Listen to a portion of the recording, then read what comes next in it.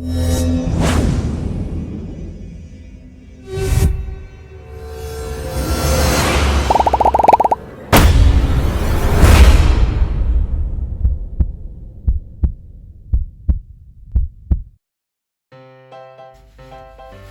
and welcome back to part 3 of the Basic Obedience series. What we're going to look at now is touch, and then we're also going to have a look at give.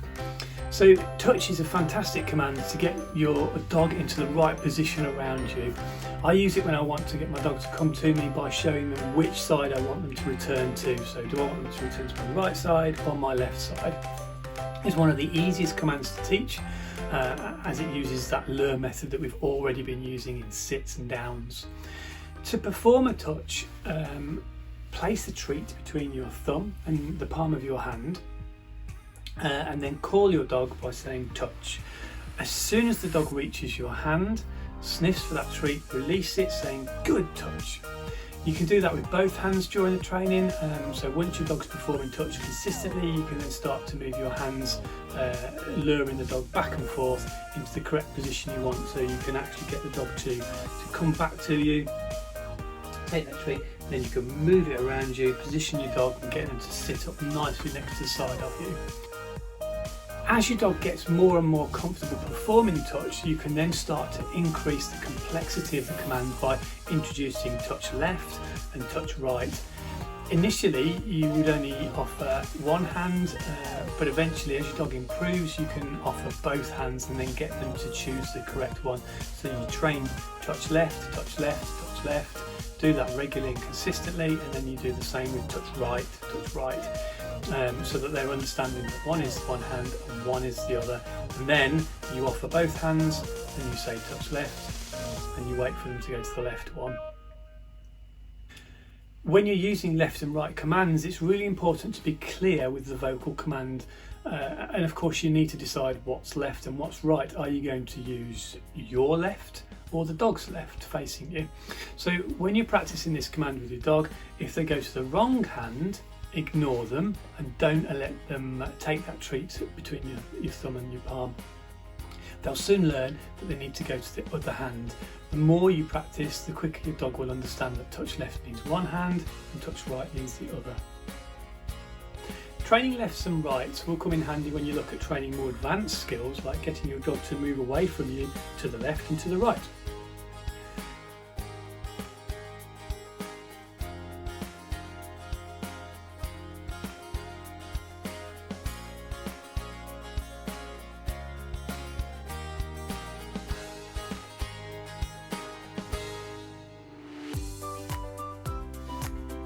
As with all the commands that we're teaching, don't forget to vary the environment and practice it with various distractions present as you advance through the training.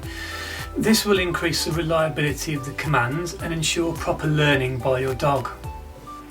If you find your dog isn't learning commands well, it's normally because too much has changed between the area you're performing the task in and the area that you're training it in.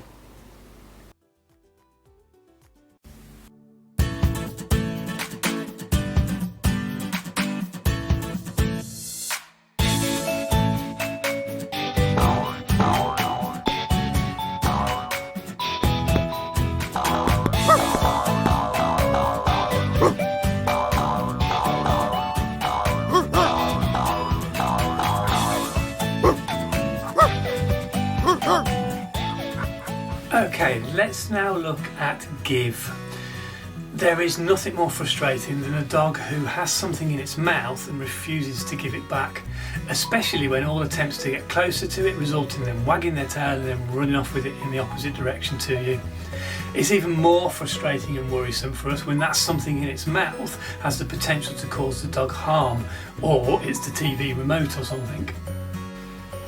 The biggest mistake that most people make here is shouting at the dog in an excitable manner. By shouting, you can see the dog become more excited and in some cases more protective over the thing in their mouth. You can almost hear the dog say, "I know, this is fun, isn't it?"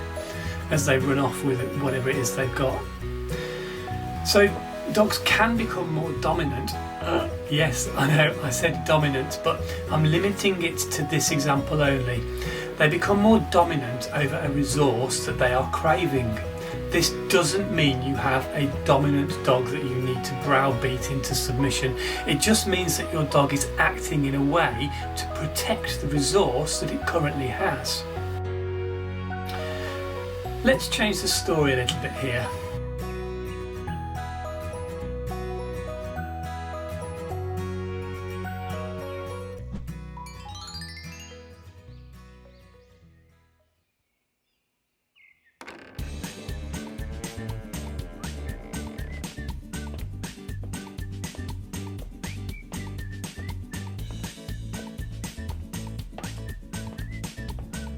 Let's imagine you've just found a suitcase full of money.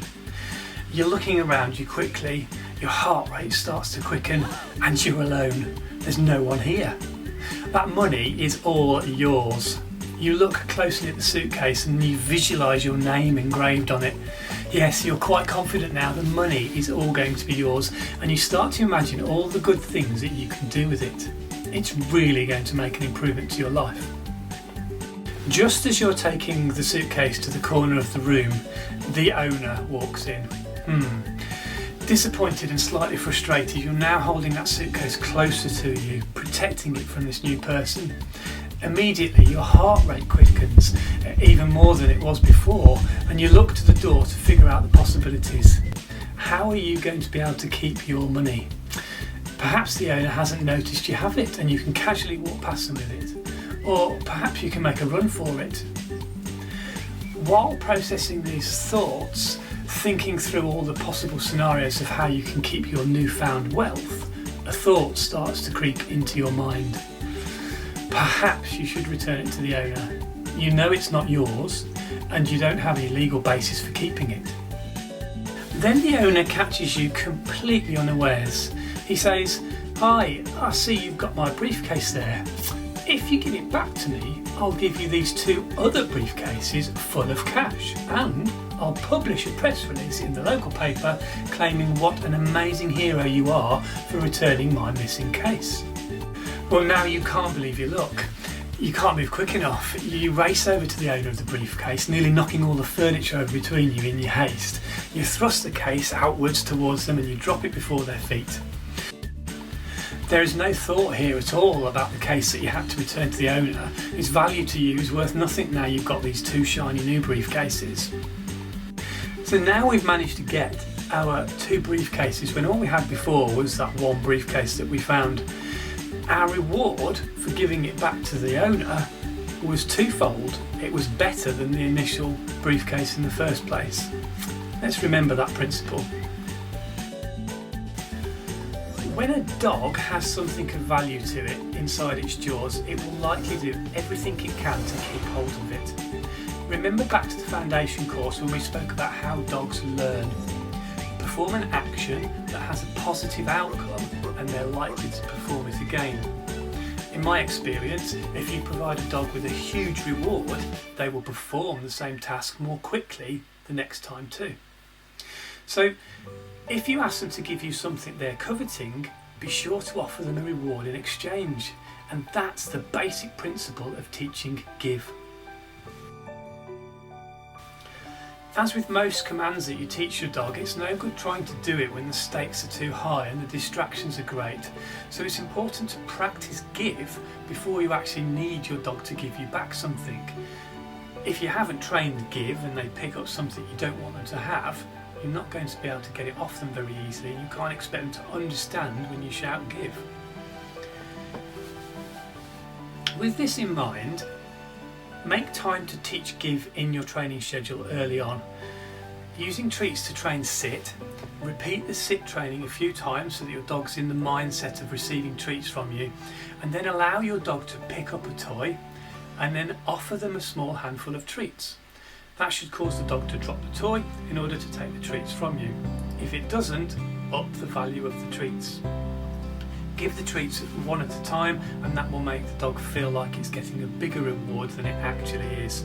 So rather than give a handful of training treats, take them one at a time and go, yes, good dog, oh well done, that's fantastic. And 1, 2, 3, 4, 5, 6, and the dog will be sat there thinking, wow, this is amazing, what a reward. And all I did was give you that toy. A variant of this training is to use a tug toy. Allow the dog to take the tug, but keep hold of the other end, and then ask them to give. If they do, immediately reward with another toy saying, good give, yes. And then provide loads and loads of play and loads of praise. If they don't give the toy, be patient and wait. Don't tug on it, just hold on to it until it becomes a little bit boring to the dog. When they let go, reward with the same process, so the other toy and loads of play and loads of praise. It does take patience with some dogs, as some of them are quite happy to hold on to the toy while they even fall asleep. However, if you take this principle of high value reward, it won't take long for your dog to realise it's in their interests to give up the toy because they get another toy, but loads more fun and loads more play with it. Okay, so let's summarise what we've gone through so far in part 3. We looked at touch. We used touch to position the dog around us. So we use the palm of the hand as the body signal, and that is asking the dog to come to this hand, and we train that by always having a treat in that hand tucked between our thumb and our palm, so that encourages the dog to go to our hand. So then we can move the hand with the treat as the dog comes towards it, and position the dog where we want, so we can really push it around the back of us and bring it up, have them sat nicely next to us in that sit position, all tucked in, and we do touch, and that's how we get the dog to do that, using that touch command. As I said, I use touch to get the dog to come to the right side of me when I use the recall command, so the big open wide recall body language, but when the dog's coming towards me and closer to me, I use touch to get them to come to the side I want them to be at, to avoid them from knocking me off my feet as they come back in that hurry for the reward. We looked briefly at training touch left and touch right, and as I said, you need to decide which left and which right you want to use. Are you going to use your right, or are you going to use the dog's right? So once you've decided, stick with it, and I would suggest that you keep that theme all the way through all of the training so that you don't get confused. I generally find it's a lot easier to use my right, because I haven't got to think which way is the dog facing. I can just say, I want you to come to my right. When we're teaching lefts and rights, we offer the hand same as we do with the normal touch, palm and a treat between the thumb, and then we say touch left, or we'll say touch right, and then we keep teaching that, so the dog starts to learn that when this hand comes out it's touch left, and when this hand comes out it's touch right. They get the vocalised command linked in with the right body language, and before you know it you'll be able to offer both hands out to the dog, say touch left, and they'll go to the right one here. As I keep repeating, on all of these commands you need to slowly change the environment variables so that the dog gets used to performing touch in all different environments, and gradually change the number of distractions in each environment that you're in, so that your dog is used to just coming to you when you ask them to do a touch, regardless of what's around them, regardless of whether you're surrounded by other dogs, so that when you can recall them back to you and ask them to touch, they're not distracted by dogs. They've got used to those distractions, and you do that by gradually building the training up and increasing the number of distractions each time you do the training. Be sure to be consistent in your vocalisation, so it's touch. If you want to use left and right, touch left, touch right, and don't make it too complicated. Don't string too many commands together, so that it's nice and simplified, and you'll find that left and right works a lot better if you keep your vocalised command quite small in terms of sentence, not too long. The key with teaching touch, as it is with all the commands that we teach, is to try and keep it a nice fun game. So when you're training it, start off nice and simple with touch left, and don't use the left and rights, so just touch. And just use one hand initially, so your dog gets used to taking the treat out of your hand as soon as their nose touches your palm. Good touch, and release the treat for them to take. Then start using your other hand, and then ask them to come from one hand to the next. So touch here, touch there, touch, good touch, yes, and keep building it up so they're going back and forth, and it's a nice fun game, and because it's nice and fun, they'll learn and enjoy doing it. They'll know they're going to get a good reward for doing that. If you find that there's too many distractions, then increase the reward to try and keep them focused on coming to your hand and not going towards the other distractions. If you build it up slowly and you get them used to going to one hand and then you get them used to going to both hands, then you can start to vary it a little bit more, and you can ask them to go to your hand, do a touch, but then slowly move your hand away. Hopefully they should follow it because there's a treat there, and bring them round behind you, ask them to come back up again into a sit position. You shouldn't really have to say sit, they should just automatically follow you, if not just to sit, so that they get used to following that round and then lifting your hand up and having them sat right next to you. That's the key to this, to getting them to form the nice body language wherever you want them to be. So we're using touch, and then we're slowly moving our hand away from the dog. As they follow it around, we pull it round, back up, and hopefully the dog should turn around you and follow the hand and then sit nicely. When you've managed to get them to do that and to sit in a nice position by moving your hand around, then you can start to look at the touch lefts and touch rights, or touch lefts and then touch rights, depending on which way you want it for your dog. After we looked at touch, we then went into give. Give's a really important one to teach your dog, particularly if they've picked up something that you don't want them to have, or you want them to get off them, particularly if that thing itself is going to cause them harm, or you don't want it to be damaged. Practice give now when it's in a nice training environment will make it loads easier when you actually want to get something off the dog which they're coveting and trying to keep hold of themselves. If you've got that practice in there, if you've been doing training with give, then you should find that it's nice and easy to get the item off your dog, rather than try and get the item off the dog without teaching give in the first place. The other thing to bear in mind is that if you've trained give lots, then it makes it a lot easier when you see your dog with something, because you can revert back to that almost muscle memory that you've developed and go straight into a give, and your body language should reflect that, and your dog should pick up and understand what it is you want from it. If you haven't trained it, then you know, most people will see their dog with something that they don't want them to have in their mouth, react, go kind of high-pitched or loud or scream or get upset, and all of that just forces the dog to become more protective over whatever it is they've got in their mouth. So by practicing give lots, it helps you revert to asking them to give you something more easily, because you practiced it lots and lots, and the dog should understand what you're asking from them. Give's really important to teach dogs, not just because they may have something you don't want them to have, but it may be that if you don't teach give, it slows down training with some of the other commands and some of the complex commands that result in a reward as a toy. If the toy reward is taken by the dog for performing a complex, then if you can't get that toy off them, then your training stops and you can't push forward to do the training again and repeat it, because you can't get the toy off the dog. So this is something I had to learn with my own search dog, Jake, who we call trophy hunting. He gets his toy, he's performed the search task really well, he gets the toy reward, he's so obsessed with his toy that keeps him focused on performing that task, and then he runs off with it and won't return it. He did this early on when he was a puppy, and we needed to look at how we were going to get the toy off him, because every time we went near it, he just disappeared with it. So we then went into teaching give and telling him that when he gave up his toy, he got an even better reward. And then we could go on to do some more training, which he enjoyed so much, and he soon learned that to give up my toy while I'm doing this search training, I'm going to get a reward, and I can go on and do some more.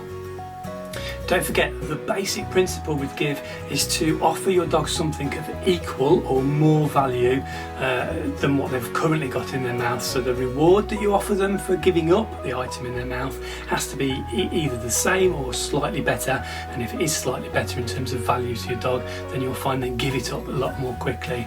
If they've got a small ball and you've got a squeaky ball that's bigger and more exciting and more colourful, they're more likely to give up the ball in their mouth for the one that you're offering as a reward.